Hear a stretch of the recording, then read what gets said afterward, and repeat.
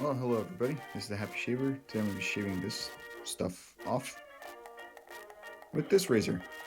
You can see two different shades on either side of the bakelite. Usually that means it was like exposed to sunlight at some point, where for a long time, probably sitting in I don't know someone's garage on one side. So one side is black and the other is like off black greenish, but it was really highly ground, as those German razors were, like really hollow ground.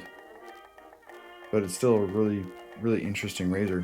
So I honed it up already on my I think 6,000 grit and then 1,000 grit stones, and then to an Arkansas Blackstone. So this I'm just giving it another polish here right before I use it. Just force a habit. It was polish and then strop it before you use it. So I was kind of interested to see how this one would turn out because it obviously was a pretty mass produced, same kind of style of razor in the 1940s.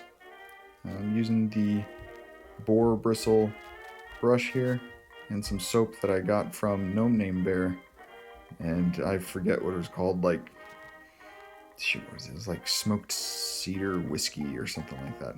Just amazing smelling soap, lathered up really fast.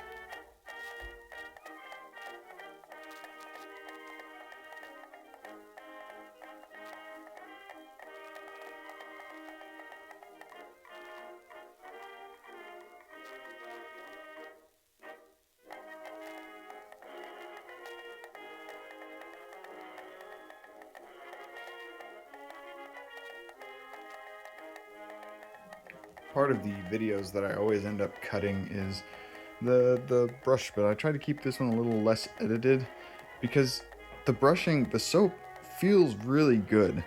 It's really a huge part of it's a huge part of the shave, and if you are using like the Barbasol in a can, not doesn't necessarily need to be Barbasol, but like the mass-produced shaving cream that comes in a can, they take out the glycerin so it can actually dry out your skin.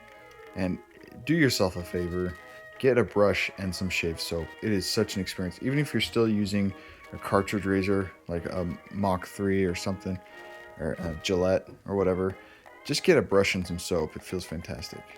So here we go.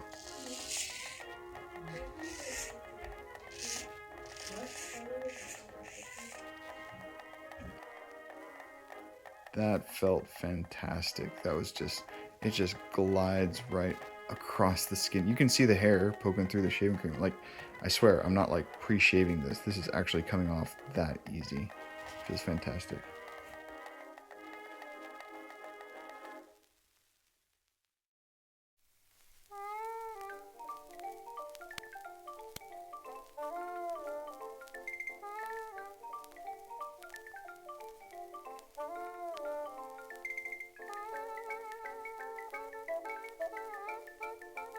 Maybe some other straight razor guys know that feeling of when you get a really hollow ground razor where the steel across the face is so thin that it's kind of scary.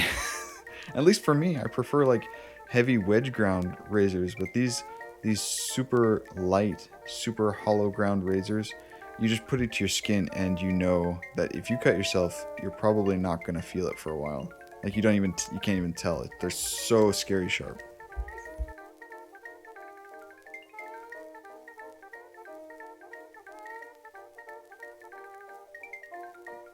And back in the day, the guys had goatees and mustaches, honestly, because that was probably the hardest part to shave. These deep curves around your jaw and like getting the curve around your chin is uh is pretty difficult, as you can see. But still, this razor, man, I just can't get past this razor. It was just really smooth. You can just see it. The hair that was the mess before this um, video just slides right off.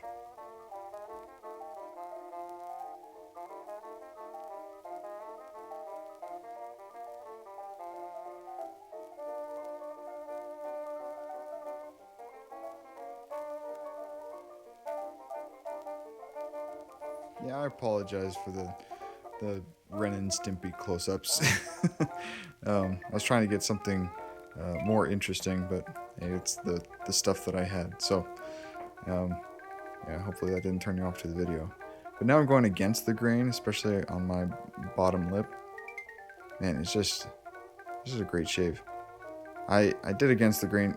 Yeah, so, you know, you're supposed to go with the grain first and then lather up and go against the grain. But sometimes as you're shaving, it's just like you break the rules. And so that was me going against the grain on the bottom lip. Shouldn't have done that. I know. But now I get to go freely against the grain. And it cleans it all up perfectly.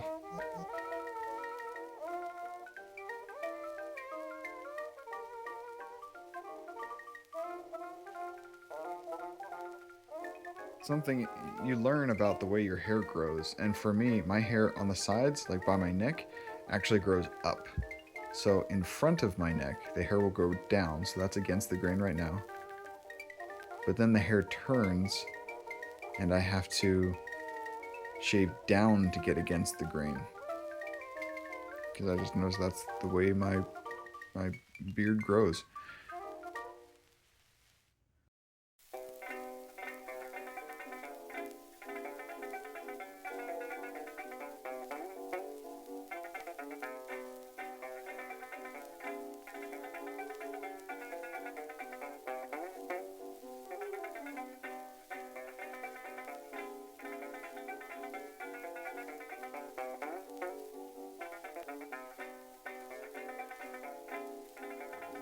So I'm going to put this one for sale on my Etsy shop. Go to The Happy Shaver at Etsy.com.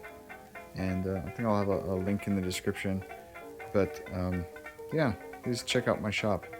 And if you need some soap, man, there are some guys who make some terrific soap. So Eric the Cajun Blade makes some great soap.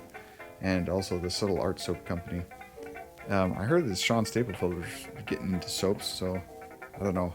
I feel like one puck of soap will last me like 6 months.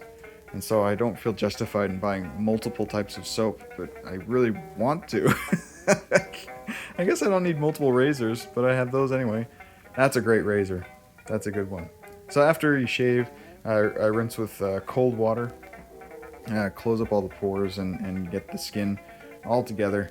And then you dry off and put on lotion, and that's a happy shave.